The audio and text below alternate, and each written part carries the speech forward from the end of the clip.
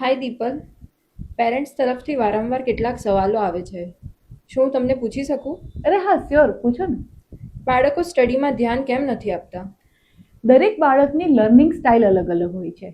પહેલા એની સ્ટાઇલ સમજવી જરૂરી છે, પછી ઓટોમેટિક ધ્યાન આપશે. બાળકના ફ્યુચર માટે સાચી ડિરેક્શન કેવી રીતે પસંદ કરવી?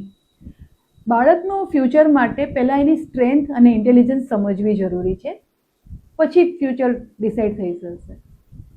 માર્ક્સ ઓછા હોય તો શું બાળક વીક ગણાય? બિલકુલ નહીં. માર્ક્સ છે ને, એ એક્ઝામમાં તમને કેટલું યાદ રાખ્યું છે અને કેટલું લખી શક્યા એ બતાવે છે. આખી લાઈફનું પોટેન્શિયલ નથી બતાવતું. દરેક બાળક સક્સેસ મેળવી શકે? ઓફકોર્સ મેળવી શકે. જો બાળકને રાઈટ ડિરેક્શન આપવામાં આવે તો 100% સક્સેસફુલ બની શકે. પેરેન્ટ તરીકે સાચી શરૂઆત ક્યાંથી કરવી?